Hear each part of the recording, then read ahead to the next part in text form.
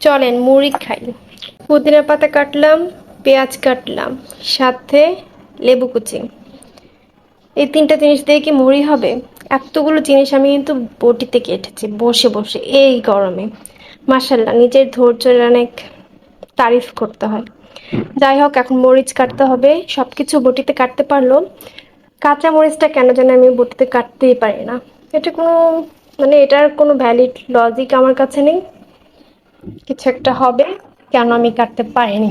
যাই হোক, মরিচটা নিয়ে আসি, দেন আপনাদের সাথে আসছি। এই যে একটা কাঁচামরিচ নিয়ে আসলাম, কিন্তু পুরোটা দিব নাকি জানি না, কারণ শুকনো মরিচ খেতে পারলে আমি কাঁচামরিচ একদমই খেতে পারি না। আমি রান্নায় খেতে পারি, কাঁচা অবস্থায় খেতে পারি না। যাই হোক, আমি খুব ছোট ছোট করে কাটছি, কারণ এটার ঝালটা আমার বেশি, মানে ঘ্রাণটার জন্য মূলত ছোট করে কাটছি। শুকনো মরিচ তো আর ঝালমুড়িতে দেওয়া যায় না। আমি হাফ দেবো, বেশি দেবো না।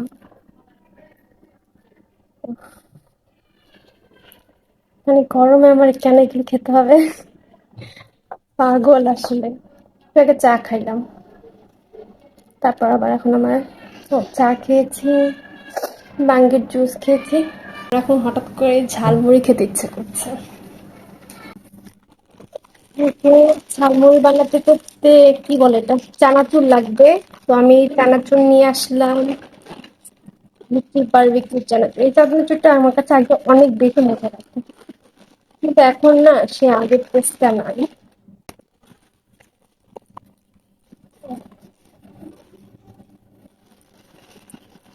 চানাচুরটা বেশি করে নিয়ে নিচ্ছি, বেশি খাওয়া যাবে না, গরম তো নেই দিতে। হুম, চানাচুর বাদাম কারা কারা পছন্দ করেন? কি ভেবেছেন আমিও বাদাম পছন্দ করি? একদমই না। আমি চানাচুরের ভাজা বাদামগুলো, মানে ওই যে বলে না এলাচি পড়লে যেরকম লাগে, আমার কাছে ঠিক তেমনটাই লাগে। এই যে বাদামগুলো বেছে এখন ফেলে দেব। এরপর সরিষার তেল দিব ভেবেছিলাম, ভাবলাম আগে একটু মুড়িটা দিয়ে নে, তাহলে তেলের আন্দাজটা বুঝতে পারবো।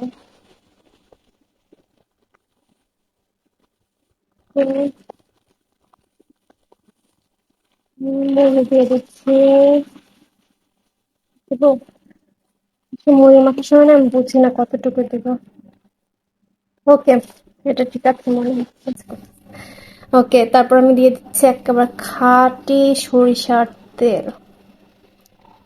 তো আমি তেলটা একটু বেশি পছন্দ করি, দেখি মাখাই কতটুকু লাগবে। পরে কথা মনে হয় হয়ে যাবে, তেলটা একটু বেশি হয়ে গেছে। যাই হোক, আমার ভালো লাগে। তবে এটা অবশ্যই আমি এখন খেতে পাবো না, একেবারে এসি রুমে যে দেন এটা আমাকে খেয়ে টেস্ট করতে হবে। ওটা পেঁয়াজ করে একটু ছুটাই নিই।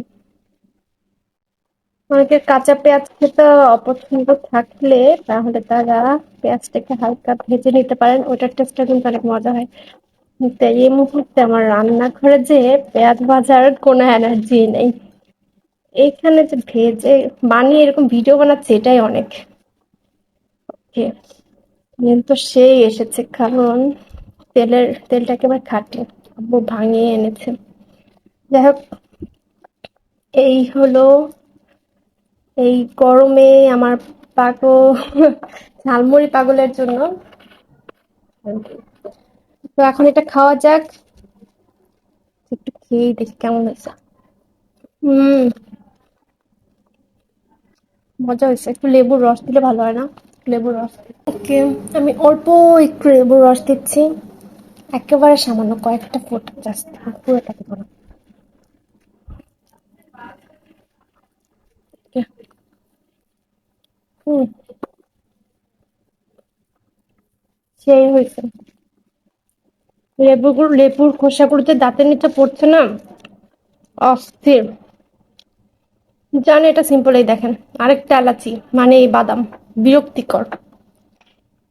তো ভালো থাকবেন সবাই, আল্লাহ হাফেজ। হাতের অবস্থা দেখছেন?